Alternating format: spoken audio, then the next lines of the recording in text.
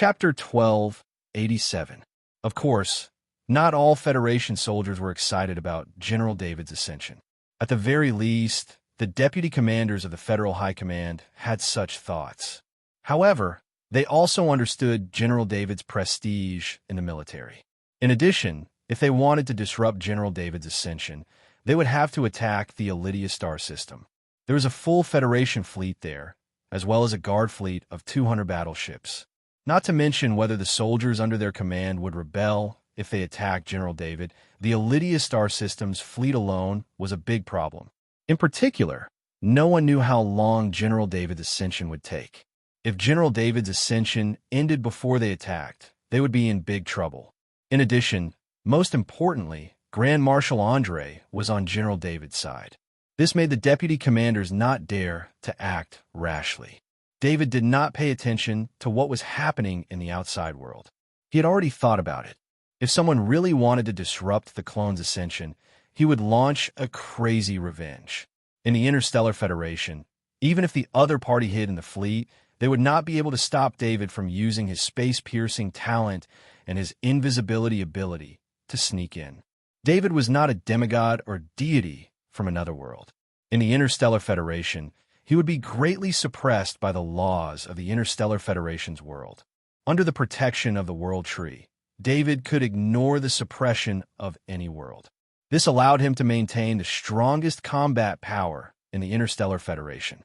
Under such circumstances, the battleships were almost defenseless to him. The clone stood in space. David could feel the suppression of the Interstellar Federation's world on the clone. It seemed that the world of the Interstellar Federation did not allow life forms that surpassed the laws to appear. In the void, a space crack appeared and swept across the clone's body. At the point where the space crack came into contact with the clone, black dragon scales appeared and blocked the damage of the space crack. However, the damage of the space crack clearly exceeded the clone's defense. The spatial crack tore open the black dragon scales, and the skin and muscles of the clone split open. Golden blood flowed out. David was extremely shocked. He had not expected to receive such a backlash when advancing to the deity rank in the Interstellar Federation. It should be known that a clone that was 100% energized would, to a certain extent, have the defense of a low-tier celestial. In addition, the body of a black dragon was known for its defense. When the black dragon scales appeared, the clone's defense would exceed the defense of a low-tier celestial.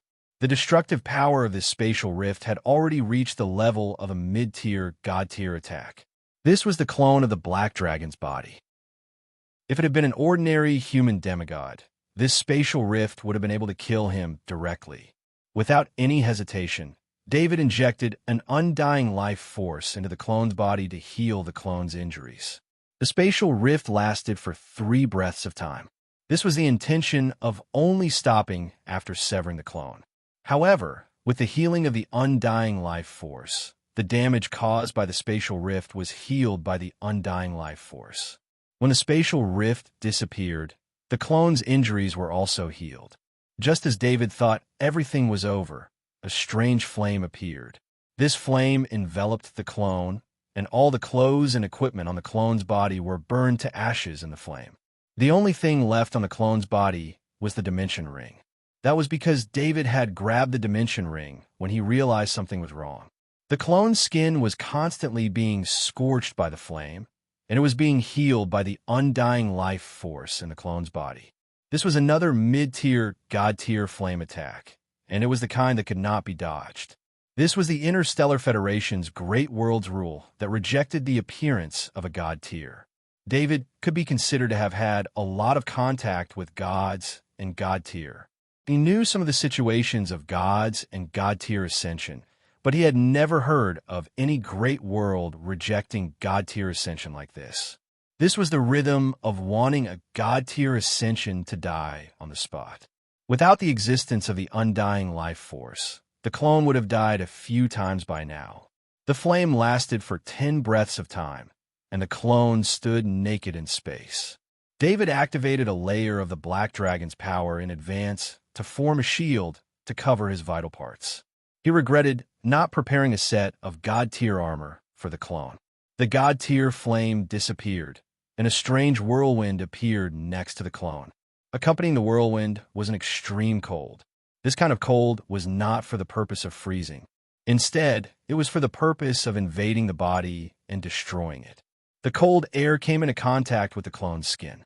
The dragon scales that had just recovered were the first to bear the brunt of the cold air.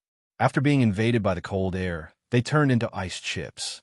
The destructive power of the cold air exceeded the defensive limit of the dragon scales, resulting in this effect. David had been continuously injecting the undying life force. This undying life force was enough to resurrect a few god tiers. The cold air was also unable to kill the clone that was supported by the undying life force. After 20 breaths of time, the cold air on the clone's body dissipated. Before David could breathe a sigh of relief, a dark green fog appeared and enveloped the clone. The god-tier poison began to corrode the clone's body. Similarly, no matter how strong the poison was, if it could not kill the clone instantly, it could not kill the clone. The undying life force once again displayed its powerful effect, making the Interstellar Federation's Great World's will's efforts go to waste again. David waited for more than 10 breaths of time, but the clone did not show any abnormalities. Just as he was about to think that it was finally over, he realized that something was wrong. The clone's skin was rapidly aging. Although the clone had reached 100% energization, it had not completed the final divine body, so it could only be considered a demigod at this time. As long as one was a demigod, there would be a limit to their lifespan. The Interstellar Federation's Great Worlds was using its last trick, and the clone's body was rapidly aging. David was really relieved. This last trick of the Interstellar Federation's Great Worlds was the easiest to deal with. With the undying life force, he could make any life not have to worry about their lifespan. The clone skin rapidly recovered its youth under the effect of the undying life force in its body, and then it aged again under the effect of the Great World's will. This cycle continued. After 30 breaths of time, the Great Worlds finally admitted defeat. The mind that David left in the clone's body felt the approval of the Interstellar Federation's Great World's will, and the clone's sense of restraint completely disappeared. The almost solidified divine power in the clone's body began to integrate into the clone's body, which made the clone's entire body bigger. The clone's height suddenly increased from 2 meters to 3 meters, and this was just the beginning. As the divine power continued to integrate into the clone's body began to expand wildly. After receiving the approval of the Interstellar Federation's Great World's will, the clone seemed to have no shackles, and the clone endlessly absorbed the divine power. Unparalleled power was generated in the clone's body, and in his eyes, the space of the Interstellar Federation was no longer a secret. As long as his attack power was sufficient, he could break the space in front of him at any time. The clone's body continued to grow, and soon it exceeded 100 meters and finally stopped at 150 meters. A height of 150 meters was not very dazzling in space, and any battleship beside him was far larger than the clone's size. However, the clone was only a single life form, and such a size was extremely terrifying in the eyes of anyone. The surrounding battleships had already sounded the alarm countless times. Whether it was the clone's increase in strength or the destructive energy released by the Interstellar Federation's Great World's will, the energy alarms on the battleships were emitting ear-piercing sounds. However, none of the soldiers cared about the alarm. They were all shocked by the process of General David becoming a god. The clone stood in space, and he felt the power in his body. His body had truly become a divine body. On the surface of his skin, there was a faint golden light flashing, and dragon scales could be faintly seen in the golden light. The black dragon god pattern on the dragon scales revealed a mysterious aura under the support of divine power. This was the special characteristic of the black dragon divine body. Ordinary gods, even if they had inherited the path of shepherd, would only use the general strengthening god pattern in the inheritance to strengthen their divine body or divine body. However, the black dragon divine body was different. The black dragon divine body had a special black dragon god pattern, and as long as he strengthened the black dragon god pattern, the clone's defense would reach a higher state. It should be known that the black dragon was immune to most abilities during the era of the black dragon. David controlled the clone, and the clone's body quickly shrank and soon returned to its normal height of 2 meters. A set of general uniform was put on the clone's body again, covering the chiseled muscles. "I have become a god," the clone announced to the surrounding battleships in a deep voice. Without using any communication device, the clone's voice penetrated the battleship's defensive shield, passed through the layers of walls, and entered the ears of every soldier. At first, there was silence as the soldiers had yet to recover from their shock. Then, someone let out a cheer, and more soldiers joined in the cheer. Even the officers did not stop the soldiers from doing this, and they joined in the cheering. The clone waved his hand, and the divine portal card was in his hand. David in the divine portal card waved his hand and used the Void Break talent ability. The clone stepped into the portal, and when it reappeared, it was already back in the command room of the flagship. "Major General Morris, connect to Grand Marshal Andre. I need to talk to him." David controlled the clone to order Major General Morris. "Yes, General David." Major General Morris' eyes flashed with fanaticism. Major General Morris was not the only one who had such emotions. The entire fleet of 200 battleships and the Federation's 19 fleet's 10,000 battleships were all in a frenzy. Soldiers worshipped the strong. General David was a Federation person who grew up step by step on the battlefield. General David broke the curse that prevented the Federation people from breaking through the transcendent shackles. He also showed strength that surpassed the strength of the strong in the great world of God in the war. Right now, Admiral David had become a divine-level expert before the eyes of all the soldiers. The 150 meters tall figure standing in space and emitting an unparalleled valiant aura that would cause even battleships to raise their alarms made the soldiers worship him even more. It could be said that from today onwards, every soldier in the Federation's 19th Fleet would go forward as long as General David willed it. "General David, did you succeed?" Grand Marshal Andre asked with a shocked expression.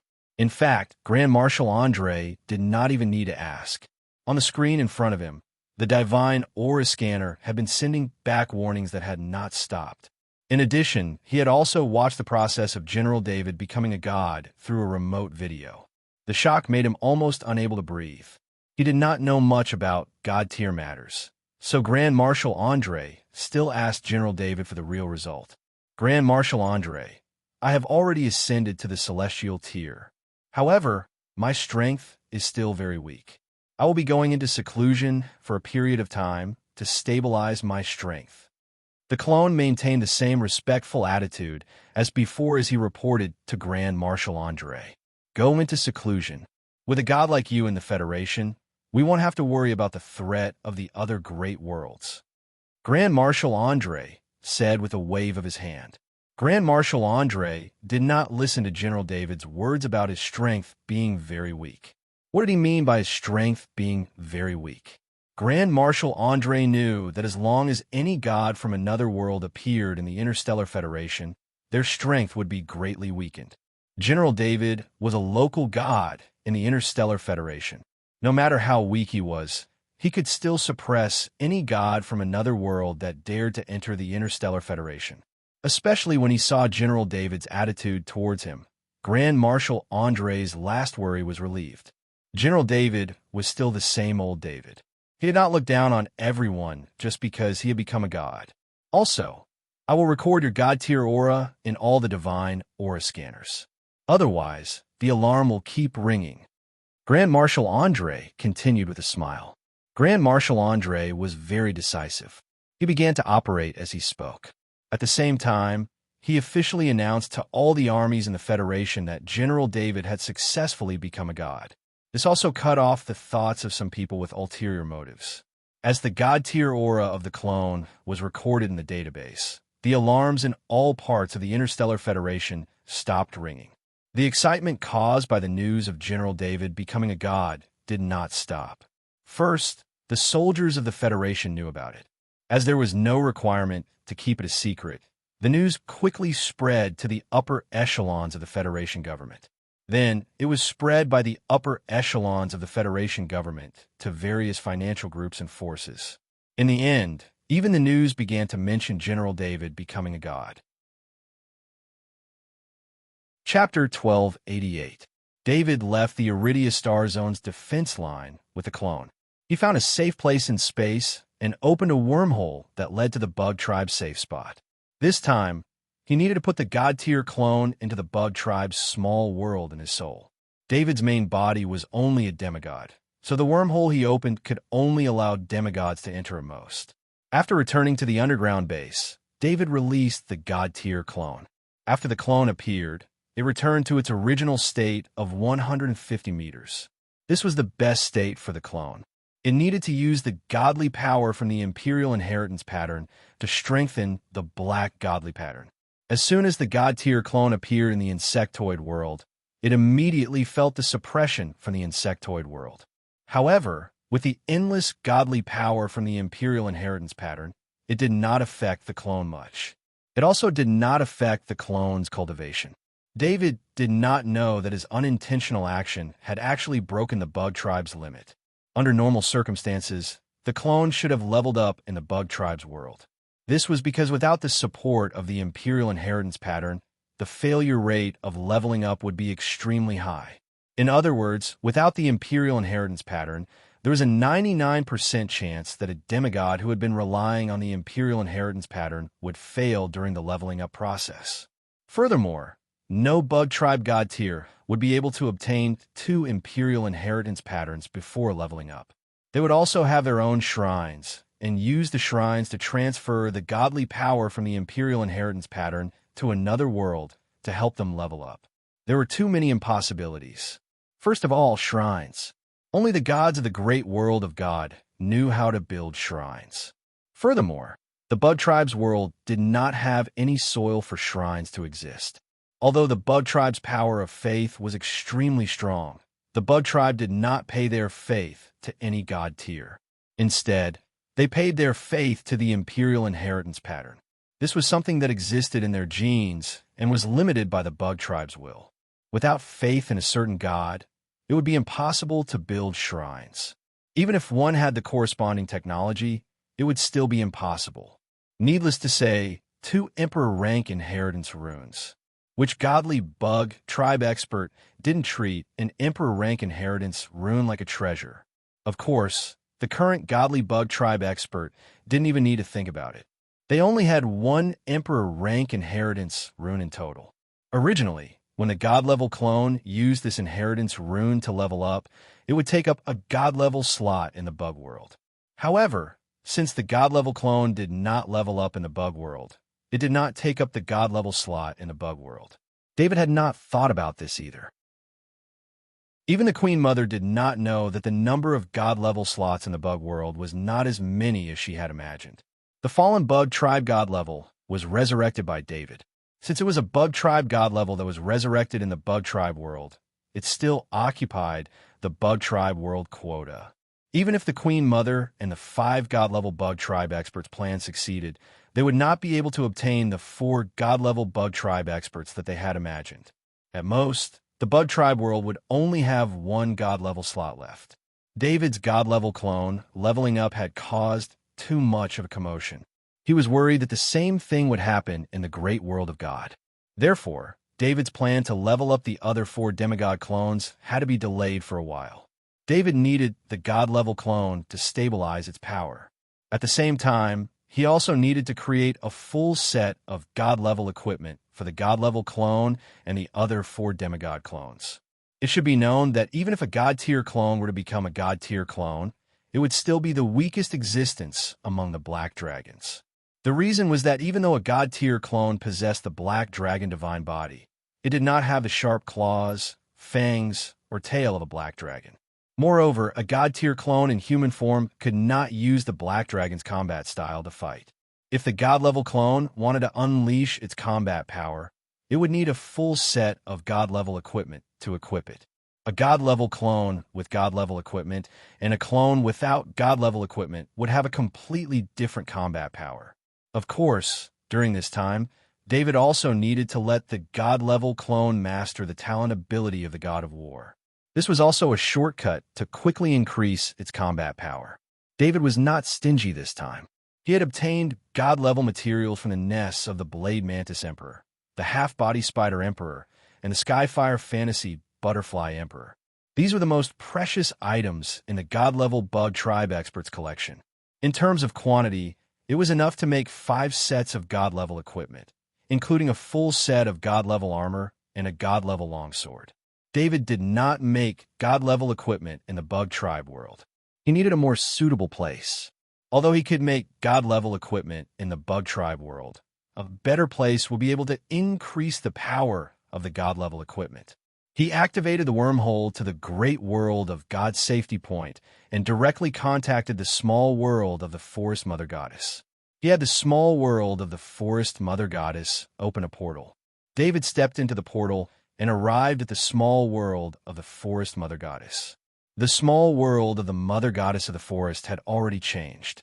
The originally large planting area in the middle had become much smaller. The smaller area was filled with ingredients. The quality of these ingredients was much better than before. It was clear that the Forest Mother Goddess had put in a lot of effort. "Sir, you've come at the right time. I've cultivated a new batch of ingredients. I'm preparing to cook a better dish for you." The Mother Goddess of the Forest had been waiting at the entrance of the passage when the small world had activated it. She bowed when she saw David. "You've put in a lot of effort." David smiled and nodded. The Forest Mother Goddess heard David's praise and smiled. "This is all I can do for you." The reason the Forest Mother Goddess worked so hard to cultivate ingredients was naturally to show off her value in front of demigod Arthur. The Forest Mother Goddess had no fighting power. Even the cultivation resources she was most proficient in weren't valued by demigod Arthur. This was not a good thing for the Forest Mother Goddess. Without any value, why would demigod Arthur help the Mother Goddess of the Forest? This was the philosophy of the Mother Goddess of the Forest, and this philosophy allowed her to survive countless chaotic periods. After discovering demigod Arthur's love for food, the Forest Mother Goddess finally had some confidence. As long as she had value, she would be able to serve demigod Arthur. She wasn't a useless deity. Mother Goddess of the Forest, do you have any inheritance related to the creation of divine artifacts? David ignored the Mother Goddess of the Forest thoughts and asked. The Forest Mother Goddess's eyes lit up when she heard demigod Arthur's question. She had another chance to show off her value. "Sir, I once specialized in the creation of divine artifacts during the Age of Gods. I obtained some secret divine artifact creation abilities." The Forest Mother Goddess hurriedly said. Indeed, when the Forest Mother Goddess followed the previous main god, other than cultivating resources, she had another mission, which was to create divine artifacts. Creating a divine artifact would consume a large amount of faith power. This job could be done with the appropriate knowledge, so the main god had given this job to the Mother Goddess of the Forest. This consumption increased the workload of the Mother Goddess of the Forest, and also made it impossible for her to increase her strength. Of course, the Forest Mother Goddess loved this job because she didn't need to fight on the battlefield. She only needed to hide in the small world and focus on cultivating and creating. After the fall of the previous main god, the Mother Goddess of the Forest joined the Twilight of the Gods. Since the Twilight of the Gods didn't have enough faith power, they naturally didn't ask the Mother Goddess of the Forest to make divine items. Moreover, the Forest Mother Goddess hid her ability to create divine artifacts. After joining the God's Dusk, she didn't create divine artifacts anymore. Facing demigod Arthur, the Forest Mother Goddess only wanted to show off her value. She hated the fact that she had too little ability and wouldn't hide her ability. Moreover, the Forest Mother Goddess knew that demigod Arthur didn't lack faith power. As long as she was willing, demigod Arthur could provide her with an endless supply of faith power. David looked at the Forest Mother Goddess in surprise. He didn't expect her to have such an ability. He had originally planned to make his own divine artifact, but he still knew his own reputation. With the crafting experience he had gained in a short period of time, he might be able to make a divine artifact, but it could only be said that it would not be too bad. It was almost impossible for it to be excellent or perfect. "Looks like I've found the right person," David said with a smile. The Age of the Gods was a golden age for the development of the gods. That was the end of the age of the giant dragon, and a period of great development after a large number of gods' inheritances were exchanged. Although the competition was fierce, it had to be said that almost all the powerful divine artifacts were produced in that era. Now, with the 5 gods controlling the great world of God, there were fewer gods and less competition. Therefore, the materials for divine artifacts were scarce. Even the 5 gods rarely created divine artifacts. "Don't worry, my lord. I'll make divine artifacts for you with all my heart," the forest mother goddess promised again. "Take a look at the materials. I want to make 5 sets of armor and a knight's longsword divine artifact set. Is it enough?" David waved his hand and took out all the divine-grade materials. He pointed at them and asked. The forest mother's expression changed as she looked at the divine tier materials on the ground. She stroked the pair of divine tier blades that the blade mantis emperor shed, and then touched the divine tier insect shells left behind by the half-body spider emperor and the sky fire illusionary butterfly emperor when they shed their shells. She especially loved the sky fire illusionary butterfly emperor's translucent wings. Even the forest mother goddess, who had served the powerful gods in the Age of the Gods, had never seen divine-grade materials of such quality. Of course, it wasn't to say that there weren't any god-tier materials in that era. It was just that those materials were left behind from the dragon's body, and the mother goddess didn't have the right to make them. Even a mother goddess didn't have the right to have them. She calmed her mind and carefully calculated the divine-grade materials on the ground. After the forest mother goddess finished calculating the divine-grade materials, she asked again, "My lord, I need to know more about the divine-grade materials." "Please tell me," David explained. They weren't divine-grade materials. They were 5 human divine-grade materials. They had the body of a black dragon and practiced the black dragon's slumber. They were good at swordsmanship, and their height was 150 meters. In their normal state, they were the same as me. After hearing David's explanation, the forest mother goddess felt that her godly will wasn't enough to think. Human divine-grade materials with the body of a black dragon. In other words, the black dragon Alexis had passed down the blood of the black dragon to humans. Even in the Age of the Dragons and the Age of the Gods, no one could do this. What made the forest mother goddess the most curious was that she had never heard of these 5 human divine-grade materials. Although the Twilight of the Gods wasn't as powerful as the 5 shrines, they were still good at collecting information. If these 5 human divine-grade materials really did appear, the Twilight of the Gods would definitely get the news. The forest mother goddess looked at the divine-grade materials on the ground and asked, "My lord, if I may ask, how many divine-grade materials do you need to invest in the divine-grade materials?" David didn't hide anything from the forest mother goddess and told her about the 5 clones. Currently, there is only one divine-grade material. The other haven't broken through yet. They're all clones of me. They were created by completely copying my body.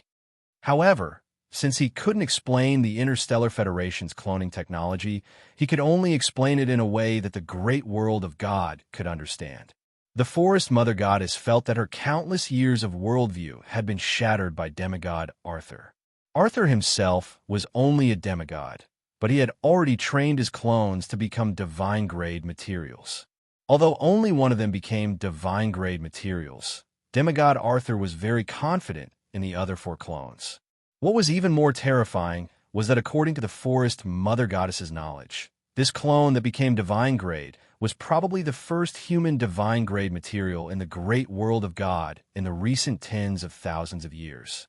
Almost all humans in the great world of God believed in gods. Even the god of war, who was an anomaly, could only display powerful close combat abilities with the body of a god. He wasn't a true divine-grade material. The most important reason for this was that the human body wasn't suitable for divine-grade materials. Divine-grade materials required a stronger body. In the great world of God, Only the giant dragons were the most suitable race to become divine-grade materials. As for how many divine-grade materials to invest, all the divine-grade materials I have are here. Use them as you see fit. Also, I have some demigod-grade materials here. Help me make a divine artifact for humans. David thought of the demigod-grade materials and took out all the demigod-grade materials and said to the Forest Mother. Chapter 12:89. The Mother Goddess was no longer shocked by the materials demigod Arthur took out. Although she had been asleep for tens of thousands of years, she knew about the existence of the bug world after waking up. That large world had the power to resist the five gods. Although they had failed in the last large world war, it didn't mean that the bug world was weak. On the contrary, having the confidence to wage a large world war against the five gods was a reflection of their power. In the eyes of the Mother Goddess, a bug god that could escape unscathed after the large world war was no weaker than the five gods. The materials demigod Arthur took out were all from the bug world, which meant that demigod Arthur had a terrifying power in the bug world. Otherwise, he wouldn't have been able to obtain so many god-tier materials. My lord, among the divine-tier materials here, the divine-tier insect shell can be used as the main material for a divine armor. I believe that with the addition of the defensive runes, the armor's defense can reach the level of a high-grade divine armor. The Forest Mother Goddess's face lit up when she talked about professional matters. Even in the age of gods, the Mother Goddess had never obtained such good god-tier materials to make a divine armor. Of course, the artifacts that he made were never for himself. They were all made for other gods. He was just a processor. These two god-tier materials can be used to make a divine longsword, the Mother Goddess said as she pointed at the two god-tier blades from the Blade Mantis Emperor. Even if the god-tier blades weren't remade, they could still be used as a god-tier weapon by a god-tier being. The Forest Mother Goddess stared at the mysterious runes on the blades. She couldn't imagine what kind of existence the blades were, and how the demigod Arthur was able to obtain them. As for the wings, I found that the runes on the wings have acceleration and illusion effects. I can break them down and add a pair of wings to each set of god-tier armor. This will increase the acceleration and illusion effects of the divine armor. The Mother Goddess said as she pointed at the wings from the sky, Fire Illusion Butterfly Emperor. David nodded and said, "Let's do it according to your design. If you don't have enough materials, let me know. I'll think of something." In any case, David did not have to worry about the Bug Tribe's god-tier beings at all in the Bug Tribe's world. As long as he was careful, he could do whatever he wanted. He did not believe that those Bug Tribe god-level existences would carry their entire collection with them. If he needed to, he could search the Bug Tribe god-level existences collections all over the Bug Tribe. The Mother Goddess hurriedly explained, "My lord, the materials here are enough to make 20 divine armors and 6 divine longswords. The god-tier materials David took out all came from the god-tier insectoids. Although these insectoid materials were evolved, they had been strengthened by god-tier energy for countless years. Perhaps to the gods of other worlds, godly power was precious, but to the god ranks of the bug world, godly power was inexhaustible, so it did not need to be too precious. Thus, during the process of strengthening the god body, even if they knew that some parts of the god body would fall off, they would still strengthen it. Given the Bug Tribe's god-level body, the materials they produced were all huge. As for the god body, they would never make the god body at their strongest. That would be too wasteful, and the materials needed would be too much. It would be extremely difficult to even make a single god body. Thus, the god body only needed to make a much smaller god body and use the shrinking rune to enlarge it to the size of the god body at their strongest. When David heard that he could make so many god body artifacts, he became generous and said, "Then I'll make a defensive god body artifact for you. You can choose the materials and style." In fact, it was the Mother Goddess who specialized in making god body artifacts. If David made his own god body artifacts, many of the god-tier materials would be wasted in the process of designing, disassembling, and making. It would be impossible to make so many god body artifacts. "Thank you, my lord." The Mother Goddess felt warm in her heart. Although the master god she followed in the past had provided her with protection, she could forget about the god body artifact materials. Thus, the mother goddess went through a large amount of god-tier materials and made many god body artifacts, but she didn't have a powerful defensive god body artifact. Even the divine artifacts worn by the Forest Mother had been slowly accumulated and created through the exchange of the deity training resources she had planted. During this time, you can use your god body without limit. David waved his hand, and a god body channel was formed. An endless stream of god body divine power flowed into the small world. Currently, the 4 demigod clones weren't training in the bug tribe's world, so their Emperor Inheritance runes couldn't be used. Now, David used the 4 Emperor Inheritance runes to create god body divine power and poured it into the Mother Goddess's small world. The Mother Goddess of the forest felt the influx of godly power.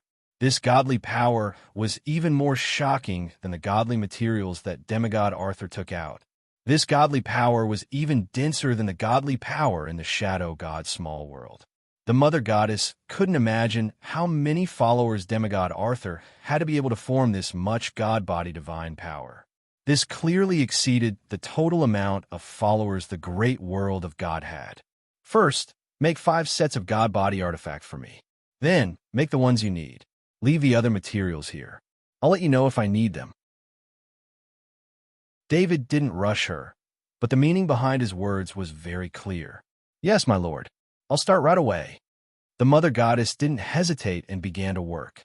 In terms of fighting, the Mother Goddess didn't have much fighting ability, but in terms of planting and making god body artifacts, she had enough confidence.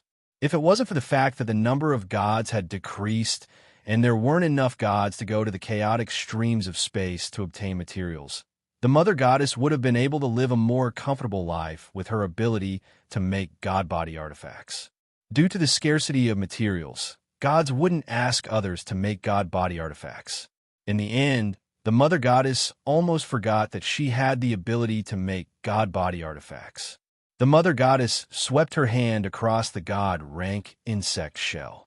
Under the effect of a strange energy wave, the god rank insect shell was divided into 5 parts.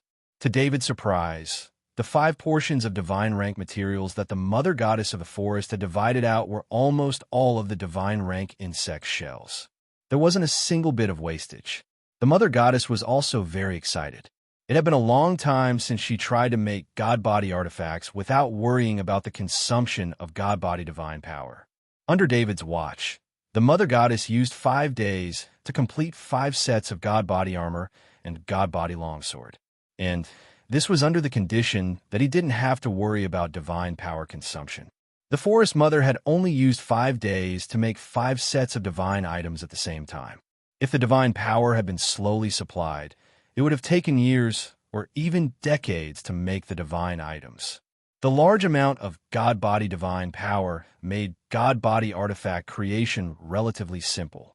The Mother Goddess could also use her abilities to her heart's content. David also discovered that his god body artifact creation ability wasn't even at the beginner level. The Mother Goddess' many techniques opened his eyes.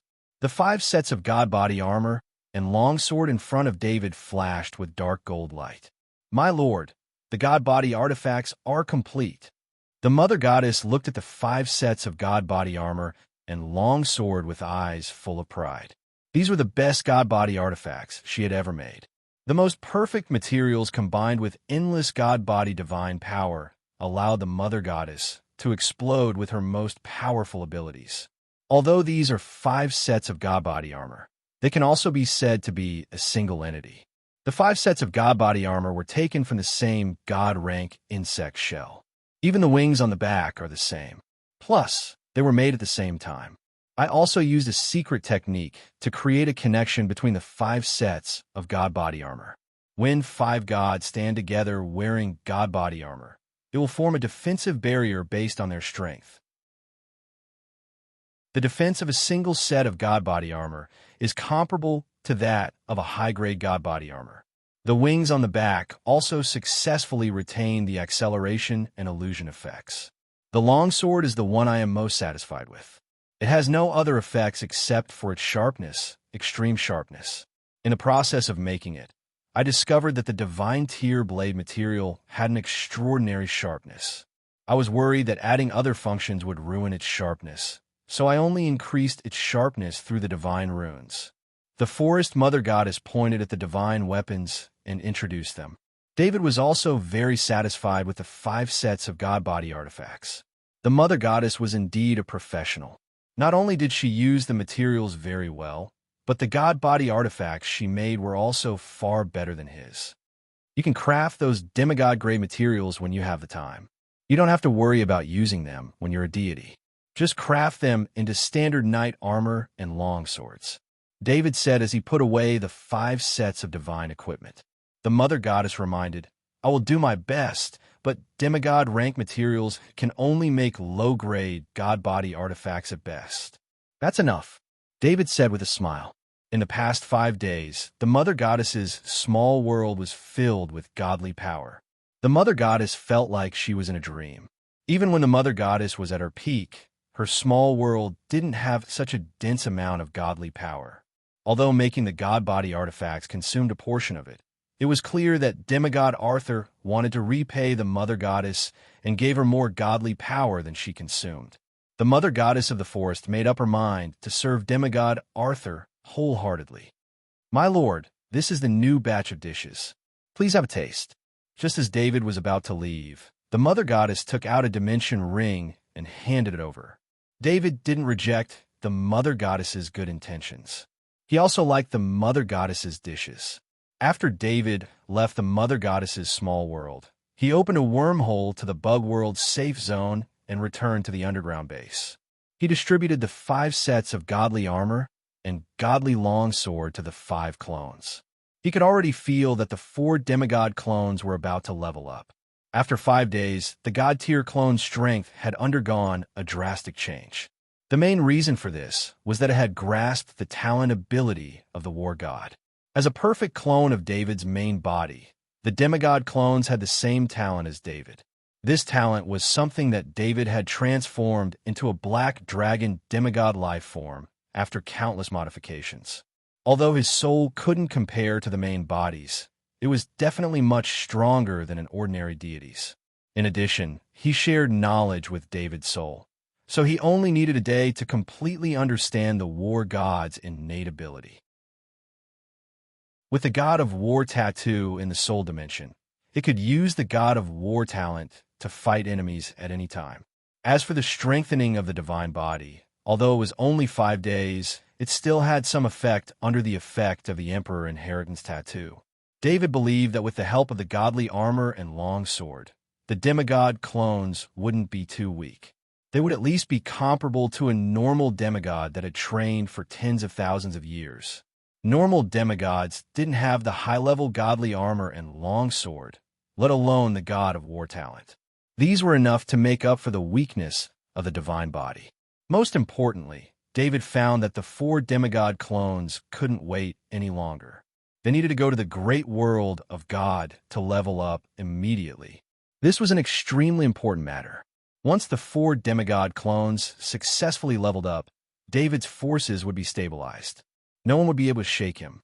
Therefore, David summoned all of his forces: the Titan Golden-Armored Emperor, the Blade Mantis Emperor, the Half-Body Spider Emperor, the Combat Form Avatar, the Black Dragon Alexis, the God-level Clone Avatar, and the God of Shadow Avatar. David could mobilize 6 demigod clones and 1 godly spirit. With this force, he hoped that there wouldn't be any trouble if the 4 demigod clones successfully leveled up. He sent all of his combat power into the small world of his soul space. Then, he opened the wormhole that led to the safe zone of the great world of gods. When David left the insectoid world, the Queen Mother and the 5 god-level insectoids all sensed the disappearance of the 8 Emperor-level inheritance runes. This made the Queen Mother even more certain that the 8 Emperor inheritance tattoos had fallen into the hands of the same faction. They should all be related to demigod Arthur. Only when they belonged to the same faction would the 8 Emperor rank inheritance runes stop absorbing faith power at the same time. That was because the 8 powerhouses with the Emperor rank inheritance runes had left the bug world. However, the Queen Mother and the 5 demigods didn't understand what had happened that required all 8 demigods with the Emperor inheritance tattoos to move out. Chapter 1290. Appearing from the divine Great World Safety Point, which was located 500 meters below the surface of the Gamma star, David waved his hand and activated the Void Breaker talent ability, opening a space passage. Through the portal, he appeared in the space shrines of space destruction in the sky above Cami. Kulik, the level 5 priest, welcomed David's arrival with the most sincere attitude. After such a long time of praying in the space shrines of space destruction, he had long become the most devout believer of the god of destruction. "Great Lord, please give me your orders," Kulik said humbly. "Fully activate the space shrines of space destruction and scan for any suspicious life forms in the area. Kill them as soon as you find them. I allow you to use the power of faith without limit," David commanded in a deep voice. "Yes, great Lord," Kulik replied respectfully. The level 5 priest skillfully operated the shrines of space destruction.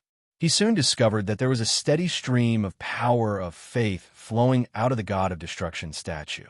Every time he activated a rune circle, he would receive the most power of faith. The space shrines of space destruction, which were originally inconspicuous on Cami, shone like a star in the sky above Cami. It was the light gathered after a large number of rune circles were activated. At this moment, the space shrines of space destruction were truly terrifying.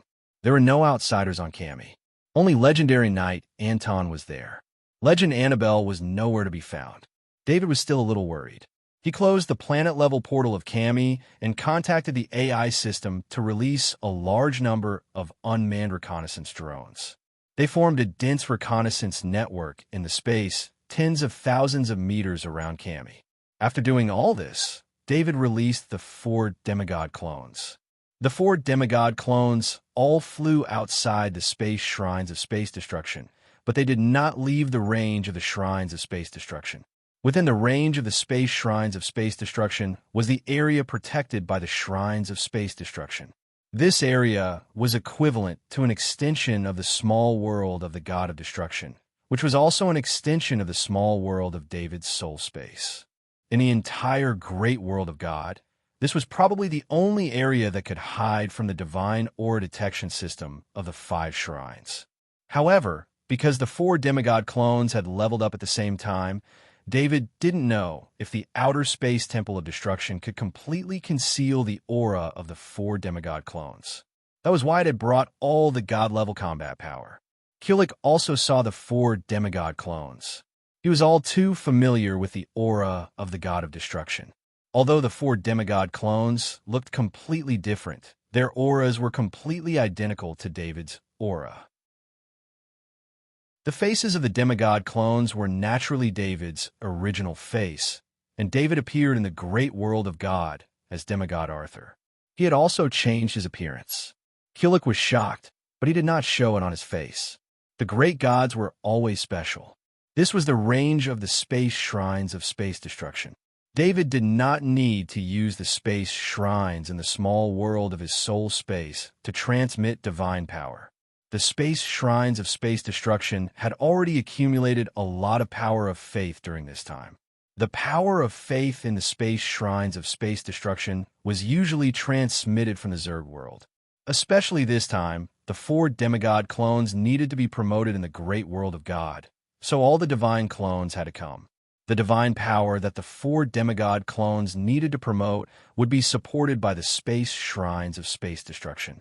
David had calculated the amount of divine power that the demigod clones needed to promote once in the Interstellar Federation. The power of faith in the space shrines of space destruction was enough. Not only could it provide for the 4 demigod clones to promote, but it could also be used to defend against external enemies. The aura of the 4 demigod clones began to rise, and a terrifying pressure began to spread in all directions. Unlike the Interstellar Federation, the great world will of the great world of God obviously did not have much suppression on the divine level. Therefore, the aura of the four demigod clones was more intense. David had to pay attention to the four demigod clones while vigilantly checking the space shrines of space destruction. He was very worried that the aura of the four demigod clones would break through the range of the space shrines of space destruction. Fortunately, everything seemed to be fine for now. No matter how slow a level 5 priest like Kulik was, he understood what was going to happen. Four demigod clones promoting to the divine level at the same time. This was something that had never been heard of before. He also understood the seriousness of this matter, so he was even more careful in controlling the sacred pattern of the space shrines of space destruction. The statue of destruction in the space shrines of space destruction continued to transmit divine power into the bodies of the four demigod clones. As the divine power was injected into the bodies of the four demigod clones, a roaring sound could be heard from the bodies of the four demigod clones. The four demigod clones were wearing divine armor, so they were not as pathetic as the ones promoted in the Interstellar Federation. The divine armor was not affected by the impact of the divine power. The four demigod clones were originally filled to the brim with divine power. Now, the continuous injection of divine power loosened the shackles in the bodies of the four demigod clones. The bodies of the four demigod clones vibrated at the same time, and their energization increased from 99% to 100%. At this moment, the four clones could no longer be called demigods. They had taken a crucial half-step towards the goal of God rank. They had already stepped on the threshold of God rank. The divine power of the statue of destruction continued to flow into the bodies of the four demigod clones. The bodies that were originally brimming with divine power once again greedily absorbed the divine power that was pouring in. The 100% energized bodies were in the process of merging with the divine power to transform into a true divine body. David was surprised to find that the great world of gods did not reject the four clones at all. Instead, it took the initiative to accept the four new gods into the great world of God. This was completely different from the Interstellar Federation's will. This was probably the main reason why the great world of God was the world of gods and why the Interstellar Federation was the world of science and technology. In the Interstellar Federation, as the power of a powerful being increased, they would be rejected more and more with each promotion. This made each promotion a test of life and death. David was sure that if it were not for his indestructible life force, the demigod clones would have died many times during the promotion process. Furthermore, this was the clone of a demigod with the body of a black dragon. Ordinary creatures would have no chance of surviving if they tried to break through in the Interstellar Federation. Of course, it was this characteristic of the Interstellar Federation that allowed the Interstellar Federation to survive in the face of the great world of God and the Zerg world, two great worlds with gods and god-level beings. On the one hand, having the Doomsday weapon could threaten the invasion of gods. On the other hand, it was also because the Interstellar Federation's rejection of the strong beings from other worlds was so great that the gods and god-level beings of the great world of God and the Zerg world were not very interested in the Interstellar Federation. Without the rejection of the great world of God's will, the process of merging with the divine power of the clones was very smooth. This seemingly easy promotion was based on the clones' own aptitude, constitution, bloodline, foundation, and so on. Only then would be so easy. The four clones had the black dragon body. They were true god-level beings, and the bottleneck of a god-level being was the smallest. The clones also had sufficient divine power, the mature black dragon's dormant cultivation method, and the experience of the black dragon Alexis inheritance. These were all destined for the success of the four clones promotion. After the process of merging with the divine power was completed, the bodies of the four clones began to expand. They were now truly transforming into god-level beings. This time, they did not have to be naked. The divine armor made by the Forest Mother automatically enlarged to a suitable size as the four clones' god-level bodies expanded. Unsurprisingly, the 4 clones all became god-level beings that were 150 meters tall. During the whole process, the space destruction shrines had firmly covered all the god-level aura. It had to be said that the space destruction shrines made by the god of war were indeed very powerful. If it were not for the space destruction shrines, David would probably have to consider fighting with the 5 gods in advance. David released the clones that had become god-level a few days ago. The 5 clones began to communicate with each other through their souls. This was a communication method that they had mastered since they were born. Soon, the god of war pattern appeared in the soul space of the other 4 clones. In this short period of time, the 4 clones had mastered the god of war talent ability. The 5 clones were all the same. They had the same genes, the same bloodline, the same cultivation method, and the same talent ability. Even when they were cultivating, they cultivated together. This allowed them to form a strange tacit understanding. David's heart skipped a beat. With a wave of his hand, the 5 clones all disappeared. They were all kept in the small world of his soul space. Just a second after the 5 clones disappeared, outside the space destruction shrines, a gate of faith appeared. According to the pattern on the gate of faith, David recognized that it was the gate of faith used by the god of war. Then, the god of war walked out of the gate of faith. As soon as he appeared, he looked at David in confusion. The reason why the god of war came here was that he suddenly had a strong feeling. This feeling came from the abnormal fluctuation of the will of the great world of God. It came from the sudden increase in the aura of the power of faith. The god of war could not pinpoint the exact location of these abnormalities, but he could vaguely feel that it was in the star sector where planet Gamma was located. Since it was in the star sector where planet Gamma was located, the god of war naturally thought of demigod Arthur. He was also the only existence in the star sector where planet Gamma was located that could cause abnormalities in the will of the great world. Of course, the god of war was so concerned because he also heard that the evil gods were preparing to summon the giant dragons. That was why he increased his perception of the great world of God. Only the god of war dared to directly check with his god body. If it were the other 4 gods, they would only use their god's descent. Demigod Arthur, what did you do? The god of war frowned as he looked at the space destruction shrines and asked David, who was standing in front of the space destruction shrines. The god of war naturally recognized that the space destruction shrines was created by him. However, due to the reckless actions of the shrines under his command, the space destruction shrines fell into the hands of demigod Arthur. The archbishop was equivalent to the spokesperson of the god of war. The prideful god of war wouldn't deny the archbishop's actions. That was why the god of war didn't forcefully ask for the space destruction shrines, even though he knew that demigod Arthur had snatched the space destruction shrines. Of course, another important reason was that demigod Arthur had displayed sufficient power, so the god of war couldn't forcefully ask for it. Only with sufficient power could one reach the level of being reasonable. Otherwise, both parties wouldn't be qualified to stand on the same level. How could they be reasonable? David smiled as he pointed at the space destruction shrines. How did you find the time to come over? Then he asked as he smiled and pointed at the space destruction shrines. There's a strong god-level aura here, and it's not the aura of Black Dragon Alexis. I hope demigod Arthur won't do anything out of line. Otherwise, don't blame us for not following the holy language agreement. The god of war said in a deep voice. As soon as the god of war arrived, he smelled the god-level aura that had yet to dissipate. The aura revealed that the god level was very weak. The god of war didn't pay much attention to a weak god level, so he only gave a warning.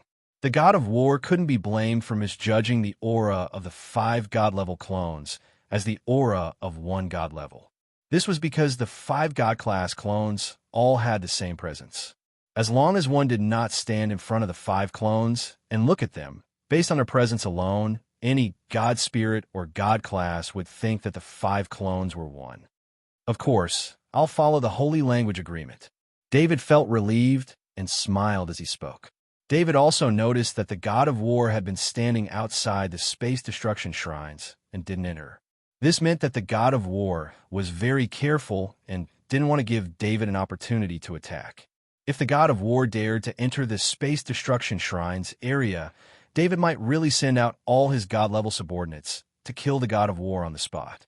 David had brought all his god-level combatants this time. He didn't believe that the god of war could take on 10 god-level combatants in the space destruction shrines area. Yes, David now had 10 god-level combatants, 1 god-level, and 1 vassal god with no combat power. The Titan Golden Emperor clone, the Blade Mantis Emperor clone, the Half-Spider Emperor clone, the Battle Form clone, the Black Dragon Alexis, and the 5 god-level clones. The 4 new god-level clones had divine equipment prepared beforehand, and they had the talent ability of the god of war, so they also had some god-level combatants. Chapter 1291. As for the backlash of the divine text agreement, David did not think that he, who had the world tree, would be affected by the backlash of a divine great world. So, if the god of war dared to give him a chance, he dared to take action. As an experienced god, the god of war knew that if a god wasn't invited into another god's shrines, it was a provocation and extremely dangerous behavior. Within the shrines, the god of war's body would be suppressed, but the gods on demigod Arthur's side would have a certain increase in power due to demigod Arthur. The god of war looked at the aura of hatred above David's head. He wanted to see with his own eyes if demigod Arthur was really a god slayer. Although all the information stated that demigod Arthur was a god slayer, the god of war still wanted to see it with his own eyes. Did the god of shadow's soul fall into the space turbulence forever? The god of war asked in a low voice. It was rare for the aura of hatred to appear. It would only appear when the small world of a god was destroyed and the god's remnant soul fell into the space turbulence. Then, the believers wouldn't be able to connect with the god through faith. Of course, there was another situation that was even more terrifying, but it was even rarer for a god slayer to achieve. That was to destroy the god's soul. No, the god of shadow was completely destroyed. His soul couldn't enter the space turbulence. David maintained his smile and replied, "Yes, I thought of your god shadow attendant. If I'm not mistaken, your god shadow attendant came from an old friend of mine. I really miss him. Back then, we paid a huge price to kill him, but his remnant soul still escaped. If I didn't sense that old friend's aura from you, I would have thought that he escaped from the space turbulence." The god of war said with a faint smile. With the god of war's power, he didn't have any scruples when speaking. He said whatever he wanted to say and didn't think about revealing ancient secrets. Back then, that powerful god was simply too powerful. In order to eliminate him, the gods had set up a trap. It was also because the powerful gods had been too confident and believed that they did not need to fear any other gods since they had mastered the law of strength, which was why they had been tricked into a trap. Not only did the 5 gods participate in that battle, but many other gods also participated in it. In the end, there were 5 gods who ruled the great world of God. The rest of the gods fell along with the stronger gods. That was a war that even the god of war could not forget. I got the god shadow attendant by accident. If possible, you could tell me more about your old friend." David said with a smile. The god of war took a deep look at David. He was sure that David had no contact with that old friend. In fact, the god of war had no way to confirm the relationship between the shadow attendant and his old friend. He could only make a judgment based on the abilities of the shadow attendant. The god of war directly expressed his doubts. Through the god's eye of truth, if David was hiding something, he would be able to see through it. After a short conversation, the god of war stopped communicating.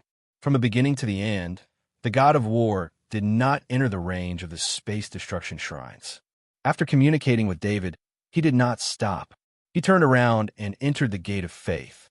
Seeing the god of war leave, David let out a long sigh of relief.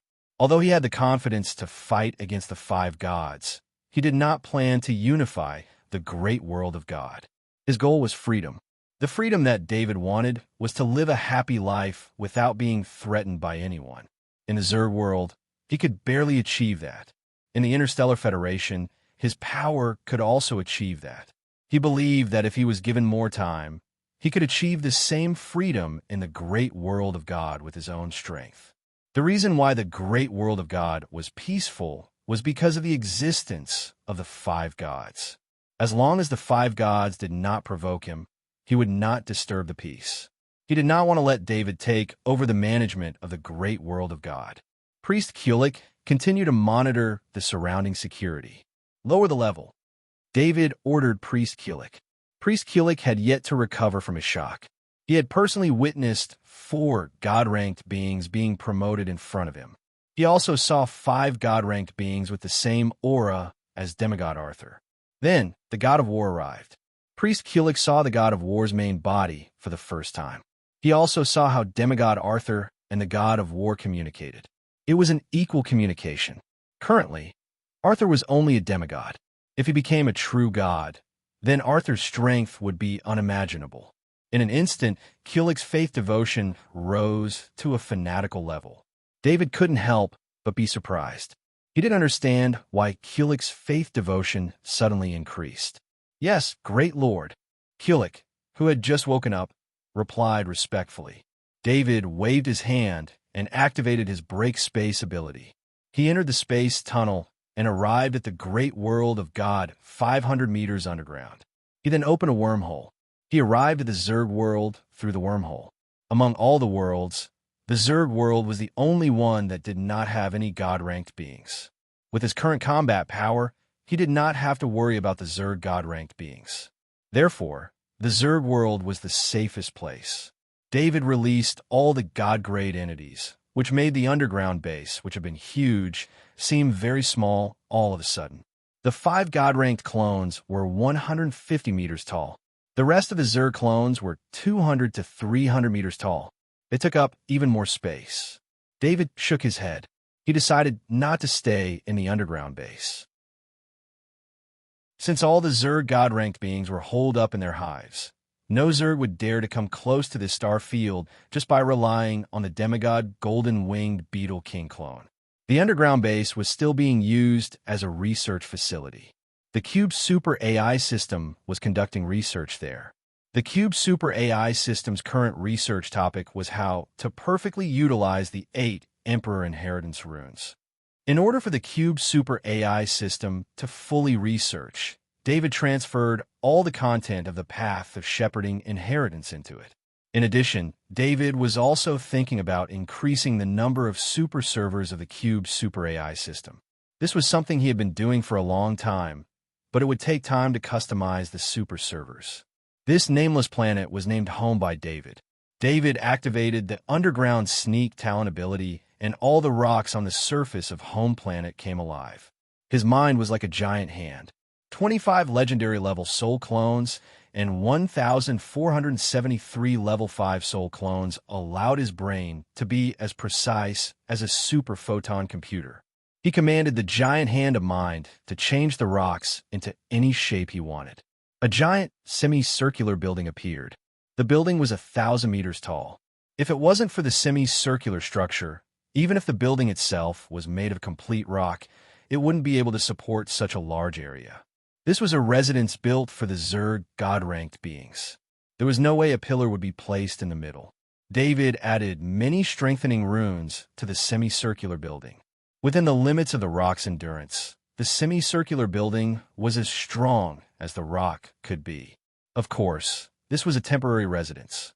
According to David's plan, when the Cube Super AI system finished its research, it could rebuild a super large rune circle on home planet and turn it into an ideal planet. The Queen Mother and the 5 Zerg God-ranked beings were hoping that something big happened to demigod Arthur, and that the 8 inheritance runes would never return. As for getting the 8 inheritance runes back, the Queen Mother and the 5 Zerg God-ranked beings no longer thought about it. Unfortunately, this dream only lasted for a few days before the 8 royal inheritance runes appeared again. This made the Queen Mother and the 5 Zerg God-ranked beings extremely helpless. Their hopes were dashed, so they could only continue to stick together and not split up. David didn't want to touch the Queen Mother. As long as the Queen Mother was there, the entire Zerg race would be peaceful. If the Queen Mother was killed, who would maintain the stability of the Zerg race. The faith power of the 8 Emperor rank inheritance runes came from every single bug in the bug world. Due to the large decrease in bug population due to the chaos, the effect of the Emperor rank inheritance runes would be greatly affected. The Zerg race was not a peaceful race. The only reason they could live peacefully in the Zerg world was because of the Queen Mother's management. Just think about the Interstellar Federation's war zone, where Zergs would often kill each other, and this was the result of losing control within the Zerg race. What comforted the Queen Mother was that demigod Arthur didn't touch the Zerg world's interests on Warstar. Warstar's resources continued to flow into the insectoid world, and the Queen Mother relied on these resources to control all the legend and demigod insectoids. Through the legend and demigod insectoids, she continued to control the insectoid world. Although the Zerg god-ranked beings didn't show themselves, there was no internal chaos. The days passed, and the Zerg world maintained a strange peace. Aside from the upper echelons of the Zerg race, ordinary Zergs didn't know what was happening. The rest of the great world of God and the Interstellar Federation were even more unaware. The Interstellar Federation, on the other hand, was in an uproar over the news of General David becoming a god. Many reporters wanted to interview General David, but they either didn't have the right or couldn't find General David. Even if he wanted to interview the heavenly Queen Emma, he was stopped. Let alone these reporters. Even Emma herself didn't know what was going on. Why had the familiar David suddenly become a god? Emma didn't know what to do. Emma didn't immediately contact David. She was worried that it would affect David's cultivation. News of General David becoming a god also reached the great world of God, causing an intense reaction in the great world of God. Perhaps the people of the Interstellar Federation couldn't understand how difficult it was to become a god, but the people of the great world of God knew very well. The great world of God only had many level 5 knights promoted to legendary knight with the help of demigod Arthur. Before this, the top nobles had worked hard for thousands of years. And this was only a legendary knight. The next level was demigod knight. Only the shrines had trained a demigod knight in tens of thousands of years. There hadn't been a single demigod knight in the past few thousand years. Of course, demigod Arthur was excluded. Demigod Arthur was also recognized by the great world of God as the genius most likely to become a god. However, no one would have thought that General David of the Interstellar Federation would become a god before demigod Arthur. This made the nobles of the great world of God marvel at General David's talent. Some people listed General David of the Interstellar Federation and demigod Arthur of the great world of God as prodigies of the two great worlds. They were both extremely young and equally talented. After the 5 great gods of the great world of God received this news, they had a special discussion. It's impossible to become a god in the Interstellar Federation. The first to speak was the god of war. The god of war had once used the fastest method to train a god in order to investigate the Interstellar Federation situation. He had let the god invade the Interstellar Federation. In the end, the god was blasted to smithereens by the Interstellar Federation's doomsday weapon. Although the invasion was unsuccessful, the god of war had obtained detailed information about the Interstellar Federation. The Interstellar Federation was a desert of gods. It was impossible for a god to be born there, whether it was a god or a god. This was because the world consciousness of the Interstellar Federation strongly rejected gods. This rejection would cause any expert who wanted to become a god in the Interstellar Federation to suffer a backlash from the world consciousness. The god of justice shook his head and said, "The information should be correct. Could it be that the environment of the Interstellar Federation has changed in the past few thousand years?" The 5 great gods had investigated the Interstellar Federation 10,000 years ago after the 3 great worlds had gathered. After nearly 10,000 years, perhaps the world consciousness of the Interstellar Federation had changed due to Warstar's influence. Then, should we train another god and send it to the Interstellar Federation? The god of wealth asked. Although the great world of God only had 5 gods, it wasn't that the 5 great gods hadn't trained any gods during this time. It was just that these gods had been trained with a clear goal in mind. If there was an extremely dangerous mission, the 5 great gods would choose a demigod or a believer close to becoming a demigod to train. With enough resources, it was very easy to train a god. However, even if these gods were able to complete the mission and return safely, they would be required to fall into a deep slumber, unable to spread their faith in the great world of God. Let's wait until we've dealt with the evil gods of the Twilight of the Gods before we investigate the Interstellar Federation. This time, the evil gods of the Twilight of the Gods should be at their wits' end. Who knows what they might do? The God of Knowledge reminded them. Chapter 1292. Lieutenant Colonel Frank's hovercar was parked on the helipad on the rooftop of Emma's villa. As Emma's brother, Major Frank was one of the few people who could get close to the villa. "Brother, you came at the right time. Let's eat together." Emma stood on the rooftop and smiled at Lieutenant Colonel Frank. Lieutenant Colonel Frank was only a first lieutenant a few years ago. Even with the help of his family, he couldn't be promoted to lieutenant colonel in a few years. A large part of the reason why he could be promoted to lieutenant colonel was because of Emma's relationship with General David. Just one day after the news of General David becoming a god spread throughout the Federation Army, Frank received the news of his promotion. He was promoted from major to lieutenant colonel. This was definitely an exceptional promotion for an officer who didn't have any military achievements and hadn't reached the age limit for promotion. Lieutenant Colonel Frank knew this very well. He came this time to meet Emma and thank her in person. Even if they were siblings, this kind of help needed to be paid a visit. Of course, Lieutenant Colonel Frank wanted to meet General David the most. However, he knew that General David hadn't come back yet. "Emma, can you contact General David? My promotion this time is extremely important. I want to thank him in person." Lieutenant Colonel Frank still had a glimmer of hope as he asked Emma. Being promoted to lieutenant general at Lieutenant Colonel Frank's age meant that he had a high chance of becoming a general, especially when he had General David as his backer. "It's nothing important. Don't contact David for now. He just got promoted and probably needs a long time to stabilize himself. Don't disturb him," Emma said as she led Lieutenant Colonel Frank into the villa. "Indeed, it's nothing important." Lieutenant Colonel Frank shrugged helplessly. When Lieutenant Colonel Frank entered the villa, he glanced at the security guards nearby and his gaze froze. As a peaked Kaji, Lieutenant Colonel Frank saw that although the security guard was standing on the ground, his feet weren't actually touching the ground. Instead, they were a few centimeters off the ground. "Is that the bodyguard General David sent to you?" Lieutenant Colonel Frank asked Emma softly. "Yes, there are a total of 12 bodyguards. These bodyguards are like robots. They don't need to rest and protect the villa 24/7. Emma introduced with a smile. The corner of Lieutenant Colonel Frank's mouth twitched. In his opinion, this bodyguard strength was at least transcendent. General David actually sent 12 transcendent bodyguards to Emma.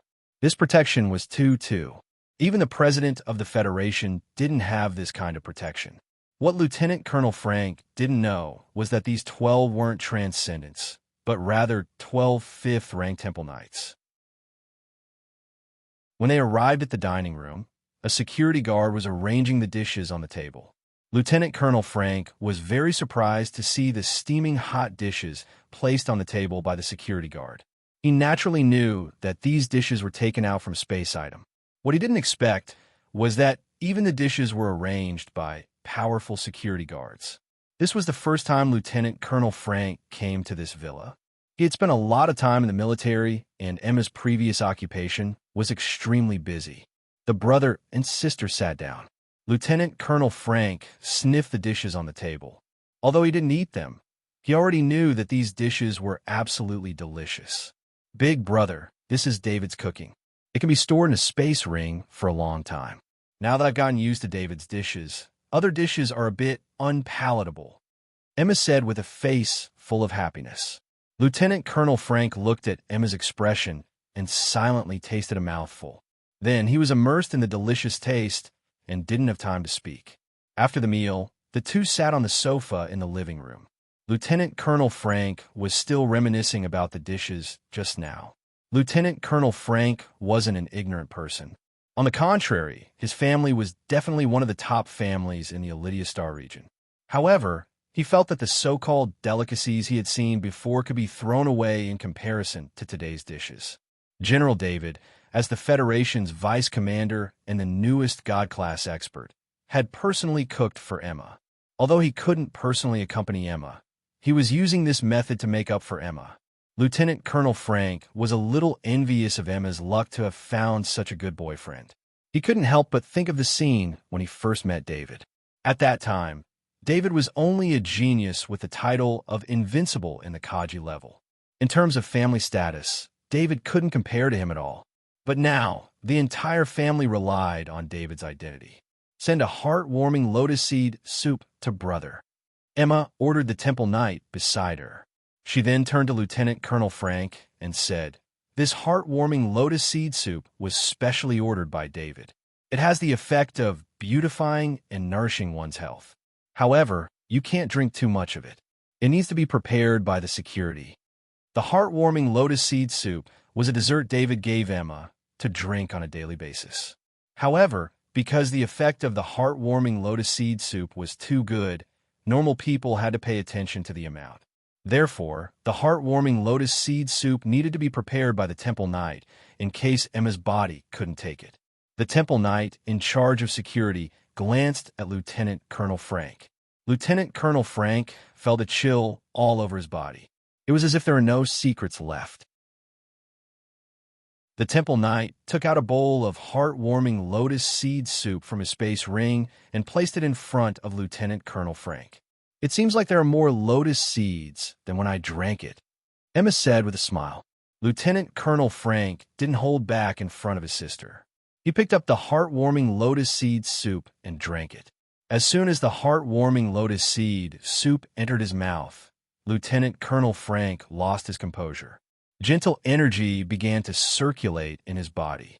This heartwarming lotus seed soup was a top-notch treasure for level 5 temple knights, even in the world of gods. After limiting the amount, the effect it brought to Lieutenant Colonel Frank's body was still very amazing. Lieutenant Colonel Frank felt the energy in his body rapidly increase. Soon, Kaji's bottleneck was broken, and he entered the transformation stage. This transformation stage usually took a long time. Some took months, some even years. During this time, large amounts of resources were needed to maintain the transformation. However, the heartwarming lotus seed soup was effective even for a temple knight. For a little Kaji, it was an unimaginable resource. Lieutenant Colonel Frank felt an earth-shattering change in his body. The gentle energy was like a flood, and the transformation stage passed in just a few minutes.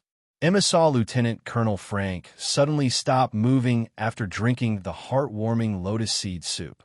She couldn't help but feel a bit worried. Luckily, Lieutenant Colonel Frank didn't look like he was in pain. Emma waited for a bit. She had already made up her mind. If Lieutenant Colonel Frank's situation wasn't right, she would immediately contact David. Under Emma's nervous gaze, Lieutenant Colonel Frank slowly opened his eyes. At the same time, his body involuntarily left the ground. "Brother, you've become a transcendent," Emma exclaimed. Emma knew very well that her brother wasn't a genius like David. Or rather, there wasn't a second David in the entire Interstellar Federation. Lieutenant Colonel Frank was a Kaji who worked hard to improve himself. To have the strength of a peak Kaji at his age was already very difficult. However, Lieutenant Colonel Frank suddenly broke through the Kaji rank and became a transcendent. This made Emma very surprised. "Emma, the effect of this heartwarming lotus seed soup is too scary." Lieutenant Colonel Frank controlled his body to stand back on ground. He wasn't used to his current state, but his attention was on the small, empty bowl in front of him. He exclaimed, "Brother, you're saying that you've become a transcendent because of this heartwarming lotus seed soup?" Emma asked in disbelief. She drank the heartwarming lotus seed soup almost every day. Firstly, the heartwarming lotus seed soup was simply too delicious, surpassing the other dishes. Secondly, the heartwarming lotus seed soup had beautifying effects. Emma didn't even need to put on makeup now. Her skin was whiter and more supple than other female celebrities after makeup. Yes, this heartwarming lotus seed soup can create a transcendent. Lieutenant Colonel Frank said with certainty. Lieutenant Colonel Frank had personally experienced the tyranny of the heartwarming lotus seed soup. With its unreasonable, tyrannical energy, it directly pushed him a peak Kaji rank to a low, transcendent rank. As for the probability of Kaji becoming transcendent, as well as the various uncertainties of the feeling of metamorphosis, under the gentle impact of the heartwarming lotus seed soup, it all ended before it could happen. Lieutenant Colonel Frank could guarantee that this heartwarming lotus seed soup could create a transcendent in the military. Emma couldn't help but start calculating in her heart. The heartwarming lotus seed soup she'd already drunk was equivalent to one less transcendent. This heartwarming lotus seed soup must be very precious, right? Lieutenant Colonel Frank continued to ask. Emma probably didn't have a lot of heartwarming lotus seed soup with such an effect.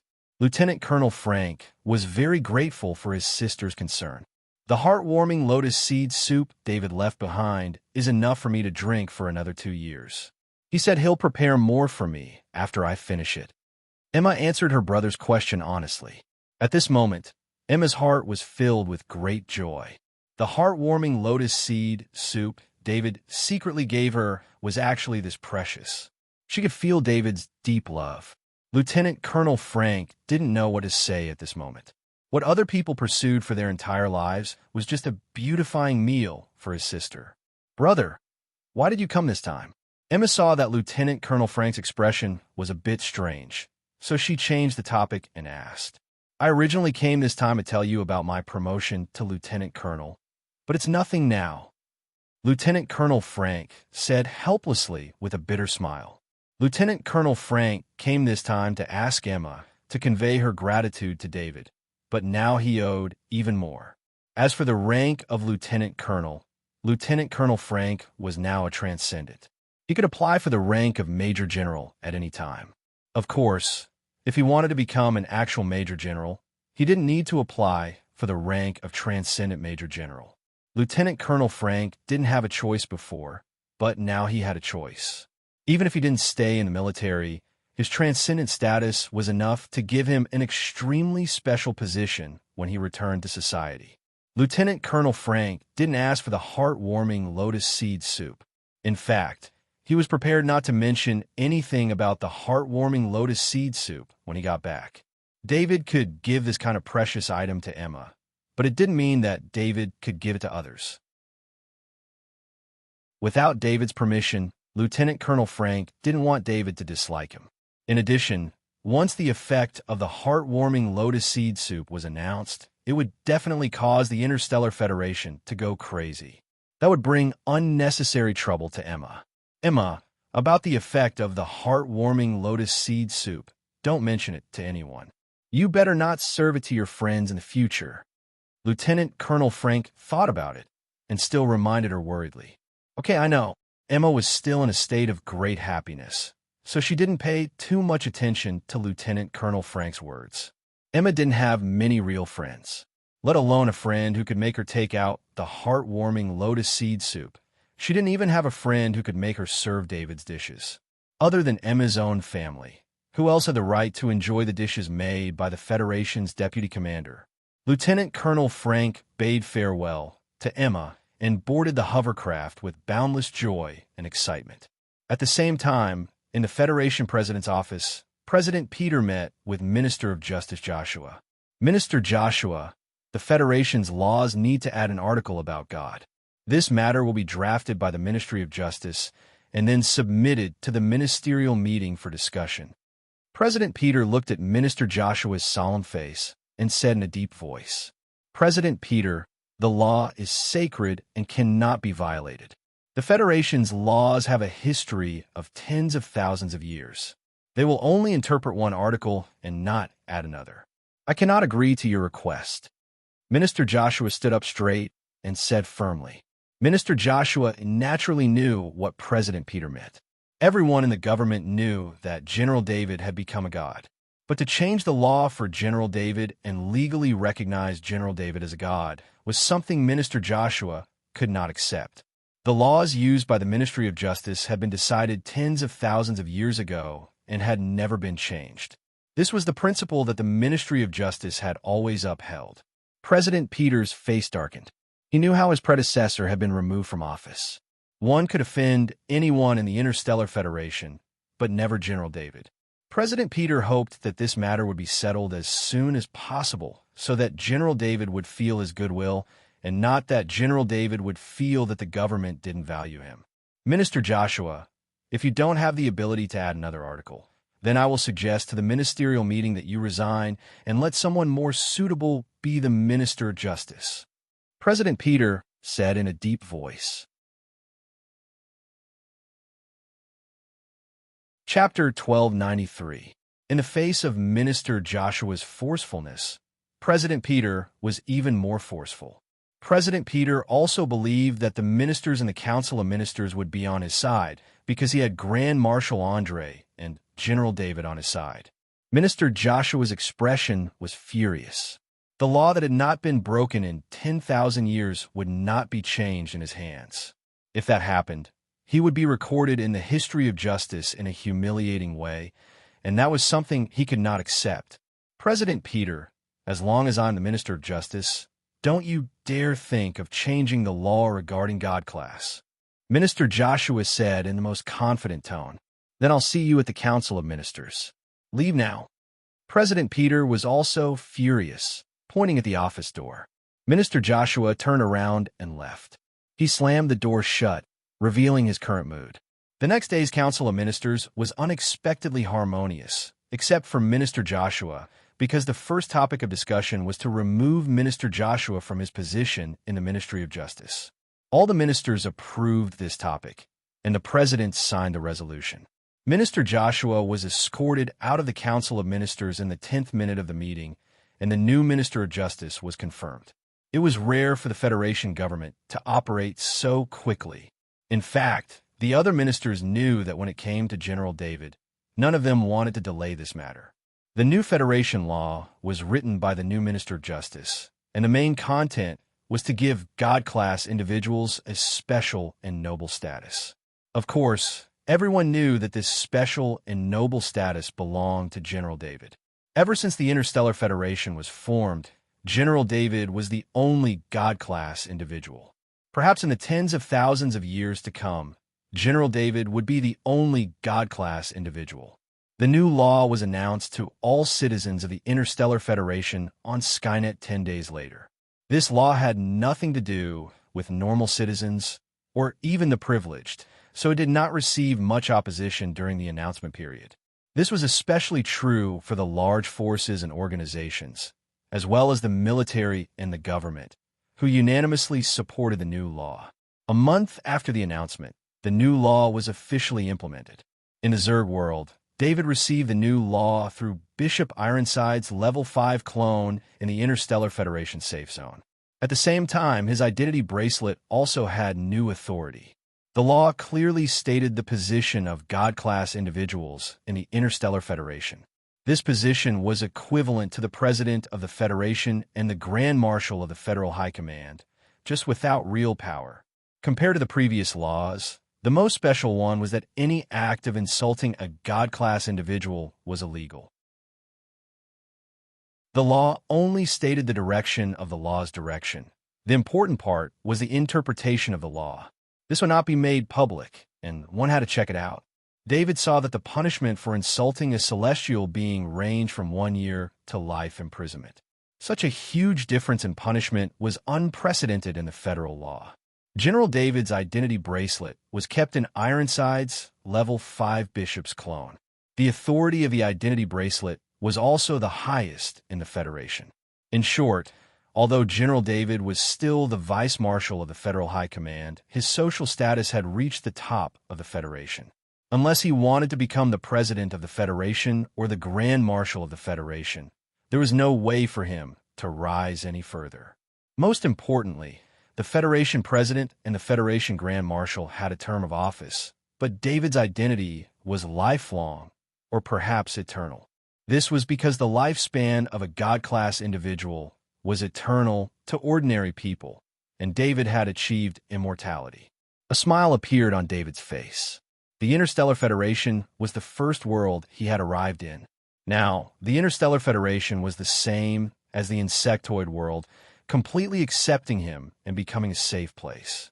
The difference was that the insectoid world had been secured by David's threat of military force, while the Interstellar Federation had been accepted by the Interstellar Federation only after he had used countless military exploits and massacred countless people to display his strength and deterrence, gaining a great reputation. The reason why everyone, from the Federation president to the various major organizations, could accept General David's privileged status in the eyes of the law was because he had always shown disregard for authority. Although he had become the vice marshal, through his many deeds, these people could confirm that General David did not place much importance on military authority, leaving all matters to his subordinates to handle. He had never even done the normal thing of making friends with the other vice marshals, which made General David very isolated from the other vice marshals. In addition, General David's public appearances in the Federation were very short. His favorite thing to do was not to fight for power, but to go into seclusion.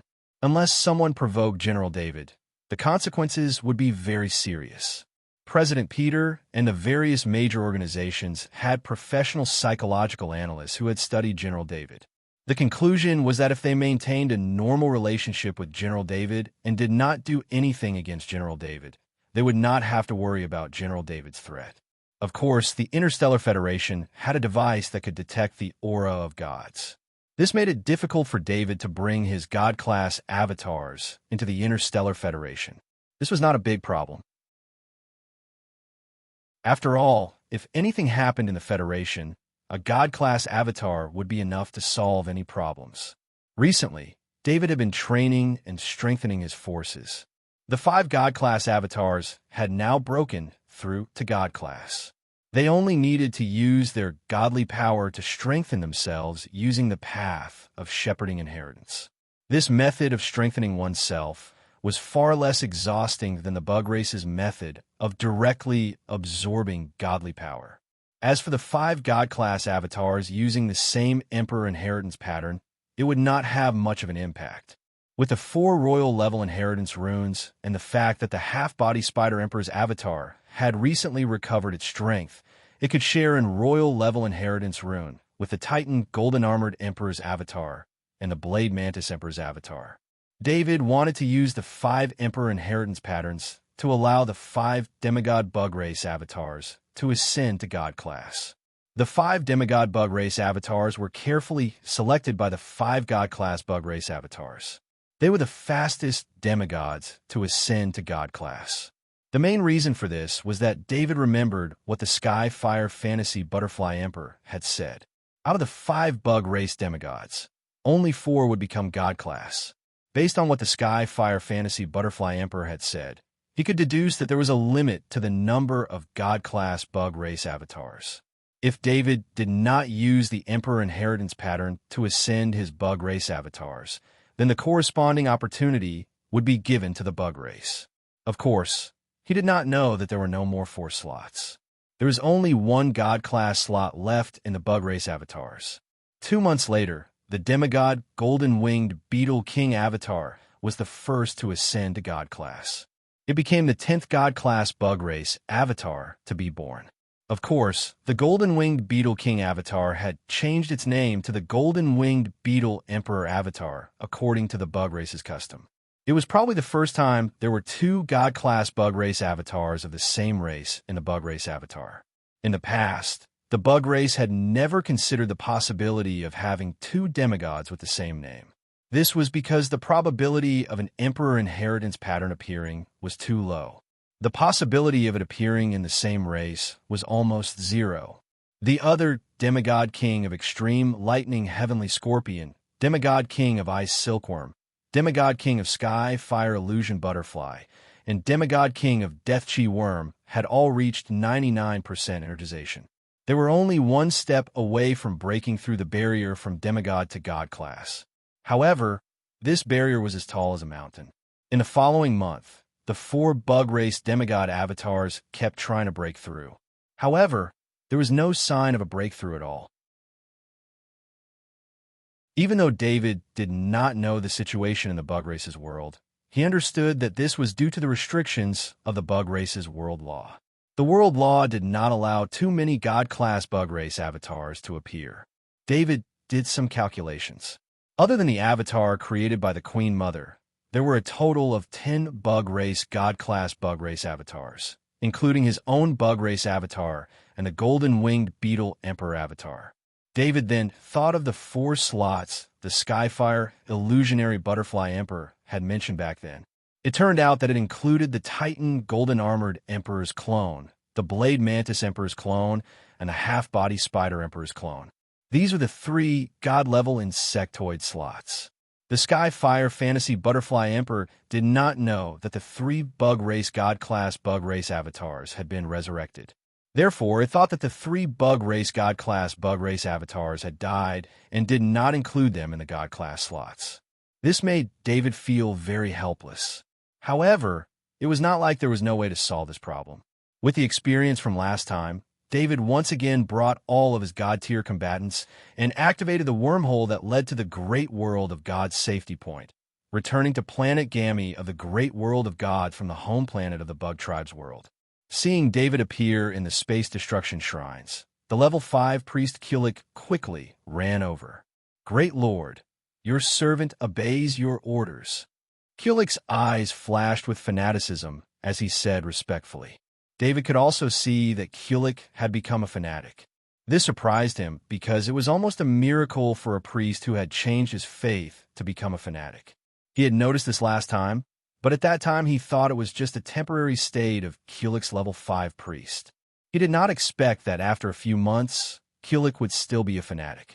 This meant that Kulik was a true fanatic. Kulik was also the only believer in the great world of God who believed in the God of destruction. David had no intention of spreading his faith in the great world of God. Once he spread his faith in the great world of God, it would mean that he would have a direct conflict with the 5 gods. David would not do this just for a little bit of faith. If he wanted faith power, any one of the 8 Emperor Inheritance runes in the Bug Race's world would produce far more faith power than the total faith power produced in the great world of God. Activate the highest level of alert. You can use all faith power to attack any enemy that enters the range. David ordered in a deep voice. "Yes, great Lord." Kulik did not hesitate at all. This was the benefit of being a fanatic.